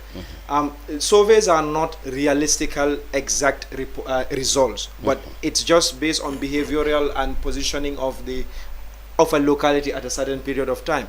For example, when you look at the methodology and also the data quality that has been given by Gambia Participates, we internally do surveys monthly at Unite. So we know that the numbers we have are not very far off from what Gambia Participate has said, even though our numbers are a bit higher, because like Doctor had mentioned, there are issues that, or not issues, but challenges that we have also highlighted. Because since yesterday we have been going through the report ourselves as a group. We have a team that is dedicated to looking into some of these things and some of these numbers, because we are data-driven individuals. We believe that surveys are more of a, you could say it's a prescription into what the reality is or how you can help support yourself. I think what Gambia Participates has done is that it has saved all political parties millions of dollars. Surveys are expensive. Gambia Participates has given us an opportunity to see where we are strong and where we are not. Mr. Mballow is a bit contradictory here. First of all, he started by saying that he does not believe in the survey. Yes. And then went on to say that certain sections of the survey he agrees to. Yeah. I think if you are agreeing to something, you agree to it wholeheartedly. If you are not, also you say that I'm not agreeing to it. But for us at Unite, what we have also looked into is that when you look at the survey in itself, what it has done is that it has shown that Talib Ahmed Bensouda and Unite is the only candidate, who is exclusively moving in a positive direction. In our belief, we are basing this based on the fact that using the 2021 elections as a benchmark, when you look at what has happened is that President Barrow has lost almost 20% of the votes that he had. If elections were held today, these are the results that are potential for him to have, for example. So if someone has moved from 54% and gone to 31 or 32%, you have seen a drastic reduction in the votes that they have been able to pull. You look at what the UDP has been able to have, moving from 28% to 25%, it's a reduction of at least 3%. Now you move from that and then you look at Unite, who are new in the field of things, and we have been able to build on 19%. What that shows is that we are the only ones building from scratch. Now President Barrow is depending on incumbency and visibility. This is why he has been doing all of these tours. To be out there so people see him and people believe that he is still active. But like you mentioned, or you asked me, why do we think that we are going to win Basse, for example, or we are going to do well in Basse? What we believe is that the hardship that Gambians are facing, the cost of living, the terrible services that we are getting is one factor that is going to lead to change. Two, you talk about the rise in crime rates today. Not a day goes by that Gambians are not killed in their homes. Not a day goes by that we don't see people getting robbed on the street. Yesterday I saw a video where an old man was braked, on the highway. People came, surrounded him, took all of his belongings, and then they let him go, and there was nothing that we could do about it. You talk about other issues that we're facing, the high unemployment rate, the backway syndrome, and many, many more. Nobody is saying that the roads are not good, but these are being done by taxpayers' money. People are paying tax so that they get services. But if people feel that they are not getting services, it's something that continues to be a reason why they are not. And for example, the electricity. We are sat here and we don't have light, for example. And this is affecting the economy. You talk about electricity scarcity. We feel that electricity is unreliable, it is expensive, and also it is old and aged. Today, for example, electricity is not just an economic factor. It's a security, it's a security concern. It's a security crisis. If a country that is sovereign, like Gambia, and independent, that has to depend on other countries for its electricity, that in itself is a danger. So these are all challenges that people are facing. People get robbed because there's no electricity, and at night people, we get attacked. So, I mean, this is a reality that I face. I got attacked in my own house. People got robbed in New York. It doesn't matter. We are not in New York. In Washington D.C. It doesn't matter. People got robbed in Dakar. I don't so pay. No, we are on the. I don't pay my taxes to. You don't say that people are getting robbed because no elections. I don't pay my taxes to Donald Trump. Hold water. I pay my taxes to you so that you keep me safe and sound. But going forward also, going forward also, allow him. We will leave that to the Gambians, and this is why your numbers. This is why your numbers continue to drop because you don't listen to people. I want him to. Yes. I want this Kemo to the dominance of Mr. At least that much Mr. Mballow agreed with you. Yeah. The dominance of Unite, according to the polls of KM. Yes. He said that is likely. No, it's not even KM alone. I'm coming to the West Coast. Yes. But most people said if KM is likely, or at least if they will excuse KM, then it is madness for anybody to think that West Coast is for Unite, given the dominance of UDP. So I just want to give a synopsis. Yeah. So surveys in Gambia since 2018 haven't failed. And I think this is important that we also consider. What have you done in West Coast particularly? That's work. So I continue to say that in as much as Unite is a new political party, members of Unite are not new politicians. We have been in politics for very long. Oh, that's interesting. We have built bases, we have built communities, we have built networks that keep on supporting us. But not just when you look at the survey again. And I want to say this, Mr. Mballow, please read the report. This is not. It's new. They just came yesterday. Yeah. So No, maybe. Yes. Yeah. Please read the report. Here. Okay. Please read the report. Yes. So I would have expected you to say the same thing as Dr. Daffeh said. Voluminous. That I don't have the data with me, so I cannot say either the report is true or not. I know. I am saying this because I am aware of the political situation and what is happening in the country. Going forward, I respect what Doctor said. Doctor is a professional in this field. That he believes in data and how data is collected, the method that is used, and I respect that. That's what I say. Let's allow him to finish, and then we come to. And Mr. also, Jallow. this is why I am saying that I would believe anybody would do the same thing. It is the reasonable and logical thing to do, but not to dismiss something when you don't have the information in your hands. Or it doesn't favor you. Yes, or it doesn't favor you. Now, Unite's growth, and we have always said this, that by October we will be the biggest political party in this country. And we continue to say that because we know the trajectory. And when you look at it, we are the only party that has built organic support from zero and ground up going forward. Now, when you look at the growth, like I've mentioned, surveys have been right in this country since 2018. So if anybody doesn't take it seriously, that's up to you. But us at Unite, we believe in data. Going forward, when you look at the elections, for example, the last parliamentary elections we had in this country, NPP lost all of Urban Gambia except in Olyundum constituency. Yes, that's true. We believe that the reason is because most of the challenges that Urban Gambia continues to face, NPP government has not been able to address those issues. Like I've mentioned, when you look at the crime rates that are continuing to increase, you look at the electricity issues, you look at how Gambians continue to die in the hospitals, how we are not able to receive basic services. These are issues that continue to affect the daily lives and realities of the people. NPP government has continued to use poverty against the people in rural Gambia to keep them in check and to keep them in bay. What is happening in urban Gambia is that now that people are becoming affluent, people are becoming independent, they can make decisions for themselves without being at the mercy of the people in government. What that has done is that, for example, when you listen to scholars like Samir Amin, they give you the idea of postmodernity, where you don't believe in, or where you don't listen to your leaders, for example, to determine your political choices or even your spiritual choices. Okay. We are in that position today. You look at the numbers that have also been given. Majority of young people, especially between the ages of 18 to 35 or 24 specifically, are majority going to vote for Talib Ahmed Bensouda based on the data. What that has done is that it has shown that most people who are young people believe that change is a necessity, and that is the population in urban Gambia most of the time. Okay, if somebody tells you, like I saw in the commentaries, people criticizing the body Gambia participates and accusing them of being sponsored by UMC to give this data. If you hear those accusations, how do you react to that? They are insulting not to us but to the institution. Gambia Participates has continued to get a lot of acclaims globally. Mar Nyang is a decent human being who has continued to contribute in development of this country.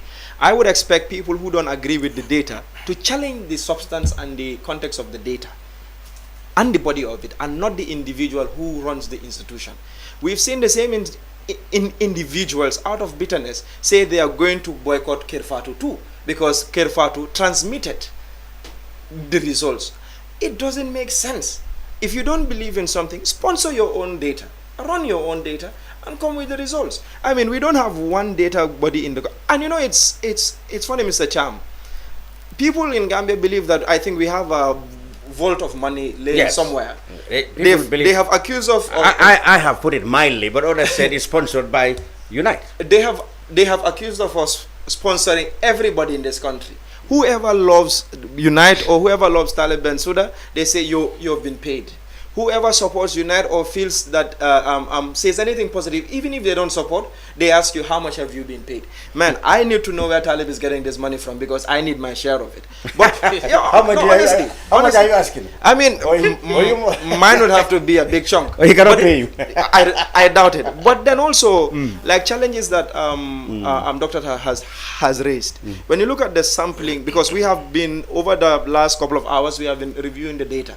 Now, when you look at the challenges that we have also raised, especially when it comes to this data. Oh, you mean even Unite have problems with the data? Yes, we do find challenges. So I don't get it when people say that we... Where didn't you agree then? So when you look at the sampling, for example, you look at the demographics, because sampling also, because you need to weigh it to the system that is also in the country, for example. Now, you have a voting population, you have a number of people that are registered voters, and every geography has its number that is supposed to vote. Now, for example, we don't expect West Coast and KMC to be the same number as somewhere like, let's say, CRR, right? Because geographically, the voting weighing number is not the same. We call it probability proportional to size. Proportionalization to size, right? Yeah. You also look at the demographics, for example. In a voting population in Gambia's context, you have at least 59% of voters will be women and 41% will be men, based on the IEC reports, for example, that have been given. Now, when you look at the data, when we analyzed it, we believe that more men were questioned than women, which we believe that does not also actually represent the true representation of the voting number, for example. When you also look at the number of young people in the country, we make up almost 67 to 68%. I believe to grasp the real representation of the voices of our demographics, more young people should have been in their catchment sampled than older people, because that is what is based on the proportionalization of the demographics that we have in the country. Now, when we did our own assessment based on these points that we have raised, and we had people in-house use the same sampling size, but looking at the different percentages, we had a higher number. But we are not using that to say that the report is wrong in totality. We wouldn't do that. We acknowledge and we appreciate the work that Gambia Participates has done. Okay. We do understand that these are built by human beings, even though there's a methodology that has been put in place.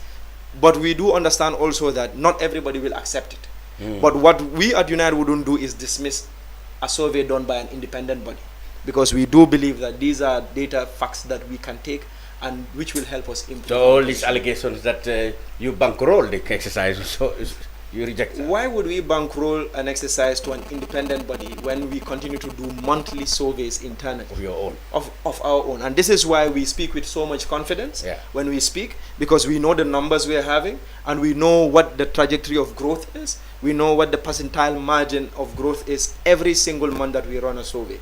And we are ready to invest in it because we know the importance of data and survey. Finally, yes, the survey gave you the GDC 2%. 2%. And that was before you went to join the NPP. Perhaps this makes the accusation valid that you obviously were a dying party before even joining the NPP. Well, I do agree with what my colleagues here are saying.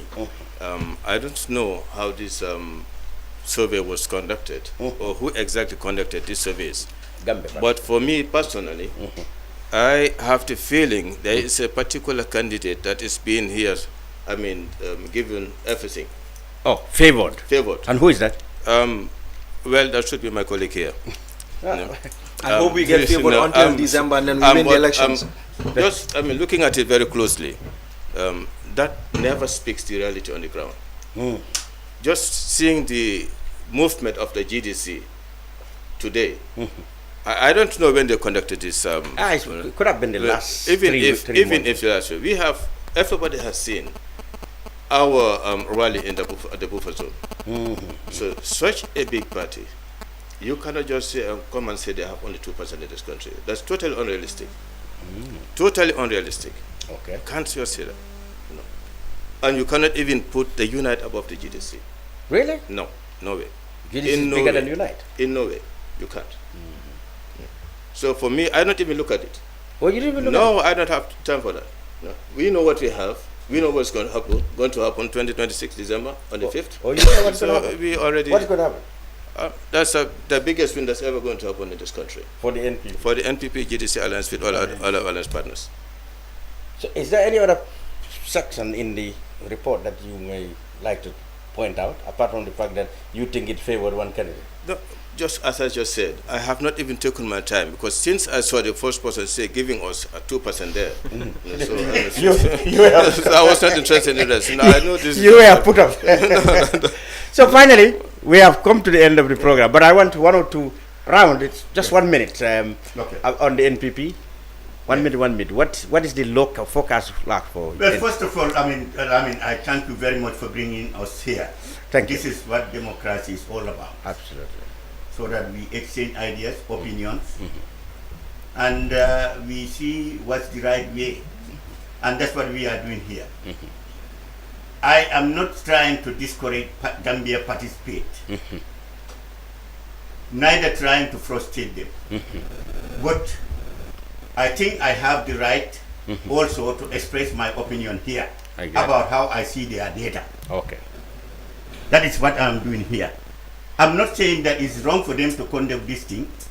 Anybody can do it. Not only Gambia participate. A group of Gambians can also get up tomorrow and do their job. Indeed. That does not mean that this is the reality, what is going to happen actually on 2026. Yeah. But what I'm saying, what I'm doing here is I am pinpointing their flaws and also the injustices that they have given to PDOIS and also GDC. That's what I point. And also to UDP. That putting Talib at this high level, whereby they cannot beat even half of UDP, it is unfair. It's a fraud. That's what I'm trying to put here. Also, let me put it to my colleague here. He pointed out that people are robbed because of lack of electricity. When are we talking this country has existed more than 100? Where are we? When did we talk about areas in Basse, Sabat Sanjal having electricity? Well, is it not yesterday? If he is coming here trying to mislead the Gambians that because of electricity, those people will see it as an insult. They will see it as an insult. They are saying that, oh, because Banjul has been having electricity and the Congo, we don't have electricity. So they are saying that now if there is no electricity, robbery will come. That is a wrong perception. Okay, Doctor, stop that. Dr. Daffeh of the APP-SobeYaa, what would be your final thing, both on the general issues we discuss here and on APP-SobeYaa? Thank you very much, Mr. Cham. It is a good thing to come and discuss together with people from different parties, and the discussion has been useful. I would also say that I commend Cyprus and Gambia participate for organizing the survey. However, not only them, anybody who organize such surveys for the survey to get the type of scientific recognition, authority, it needs to provide details about the methodology and framework. Transparency on methodology and framework is what provides that type of authority. Next time when such a survey is done, more of those details need to come out. Even limitations needs to be highlighted. That would give more authority to the work. I do not dispute the work done, but there is not enough information for any scientifically minded person to make any deductions on the thing. But it's a commendable thing to provide such type of information. Thank you. And on APP-SobeYaa, what next? For APP-SobeYaa, we are really involved in negotiations to make sure that we move together as opposition entity towards the election. That is what is on the table now, but we are not rushing. We are not rushing because we think that it is matter of principles for us. Agreements based on principles and mutual respect, understanding, not just for the sake of changing Peter for Paul or whatever. No, that's not what APP-SobeYaa believes in. Good. Yeah. Kemo, 1 minute, finally. We are very appreciative, like I mentioned, to anybody running surveys. And when you look at the methodology that has been put forward, when you look at the design, for example, I think what really stood out for me was that they made sure that all respondents were people who were qualified and had voters' cards. I think that was something that was very instrumental in how the survey ran. I think making sure that also all 53 constituencies had, respondents was also, something that we really, appreciated. Now, for me, I think the processing and analyzing of the data, like Doctor said, is what needs to be looked into. For example, like I mentioned, how sample sizes were also picked up. But generally for us, what this has done, it has just reinforced our position that before December, this would be a race between Taliban Ahmed Bensouda and Adama Barrow. And we believe that we can. What about Lawyer Daw? I mean, I can speak for my party based on the fact that I understand how we're growing and I know where we are heading to. I speak with authority when I say this because I see the numbers available to me and I know that this is the trajectory that we want moving forward. Now, when you look at us and how far we have grown, even looking at when this survey was done in July, was literally when we just got our certificate, right? We haven't done any national tours. We had only one official rally that we had done in this country before then. And since then, we have seen that our candidate has gone around the country. He has had a lot of gains in CRR, North and South. He has had a lot of gains in URR. We believe that these are positions that, that will help reinforce our position. And, in Gambia, for example, when people say the undecided voters, indeed we have undecided voters. In the sense Mballow said everybody's decided. If they were decided, they would say I am NPP. If they were decided, they would say I am UNC. But they are undecided. And generally in Gambia's context, I believe that this undecided are people waiting for an alternative. And they feeling that this is where I want to belong because they are not going to vote for NPP. If they were going to vote for NPP, they would say I am NPP. Now going forward, we also believe that when you look at the young people, we make up 67 to 68%, close to 70% of the voting population, considering that it has showed that Lord Mayor Ahmed Bensouda has the biggest chunk of that. That is a position that we are very, very happy about. Now, our numbers are not a ceiling. They are our first expressive push because we moved from 2% to 19%. That's an extra pushing of 17%. Now, respect to all political parties that we have found in this country, but we need to appreciate and acknowledge that the political trajectory has changed. And Unite is now a big game player in the political dimension of this country, and we're challenging for the presidency, and we're hopeful that Coalition 2026 will be victorious and will get the mandate of the Gambian people. Right, Mr. Jallow, finally. Yeah. What do you make of the general situation? Well, as I just earlier mentioned, I think they've done a good job, but not good enough. They still need to do a lot. Gambia participates. You must recognize also the efforts that have put together. But what it really shows is, to me, still, they're trying to push up somebody up there. It doesn't matter. What matters is the reality on the ground. That is what matters to all of us. And even if, in the case, I mean, you expect the president or the NPP to fall from 32 maybe to whatever, we still have our constitution as simple majority. So therefore, even just giving MPP alone there, they are still the winners. So come GDC on top of that, we're going to win. So we are not afraid of any analysis that has been made before or after elections. We know we are going to win these elections, and that is 100%. Abdoulie Jallow of the Gambia Democratic Congress, now in partnership with the governing NPP. Thank you very much. Kemo Bojang of UMC Unite, Dr. Kebba Daffeh of APP-SobeYaa, and Saihou Mballow of the NPP. Thank you all, gentlemen, for being on the brunch this week. The brunch will be back on Saturday, inshallah. Thank you. Okay, thank you very much. And I must apologize.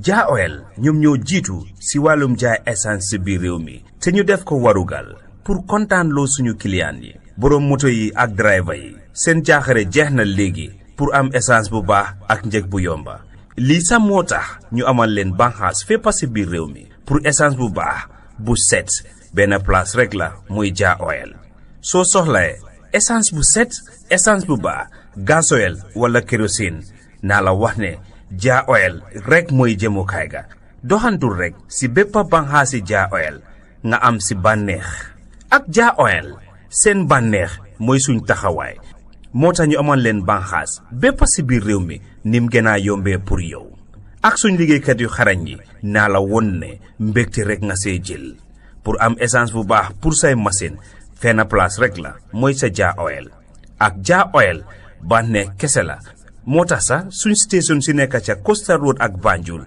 wàññil nañ leen njëgi essence bi foofu noonu pour am si lu leer mun ngaa call si 770-8080 322-9070 714-7273 wala 787-1321 Jah Oil, the pride of the nation. Traveling has never been this simple in the Gambia. Oh yes, you don't need to visit the GTSC depot just to get a ticket. Just download the Yona Wallet app today and enjoy hassle-free bookings. With Yona Wallet, you can buy your GTSC bus ticket right from your phone, anytime, anywhere. From Kanifing to Dakar, Dakar to Banjul, or up-country routes like Kanifing to Basse and Basse to Banjul, Yona Wallet has you covered. No queues, no stress. Just safe, fast, and convenient ticketing at your fingertips. Choose comfort. Choose convenience. Choose GTSC with Yona Wallet. Yona Wallet. Your money, your way. GTSC. Moving the nation forward. For more information, please call 1124 or 221-1668. Jamano Money Transfer Bureau de Change, your go-to option when it comes to money transfer. With Jamano, you can send money from anywhere in the world to your family and loved ones in the Gambia and be sure the funds will be delivered to them within the shortest time possible. For your convenience, funds sent through Jamano Money Transfer can be picked from all the banks and multiple other financial institutions, including Ajib Bank, Trust Bank, GT Bank, Mega Bank, Basic Bank, Reliance Financial Services, and Approved Services. Visit our head office at Bruceby opposite AfricMed next to Trust Bank Limited or email us at info@jamanomt.com. You can as well call us on 310-3050 or 310-3051 or yet still 733-0688. Our opening hours are 8 a.m. to 8 p.m. Monday to Saturday and 9 a.m. to 4 p.m. on Sunday. Jamano Money Transfer, your most trusted money transfer service where customer satisfaction is paramount. When you think of a simple, fast, and reliable money transfer, think Jamano Money Transfer.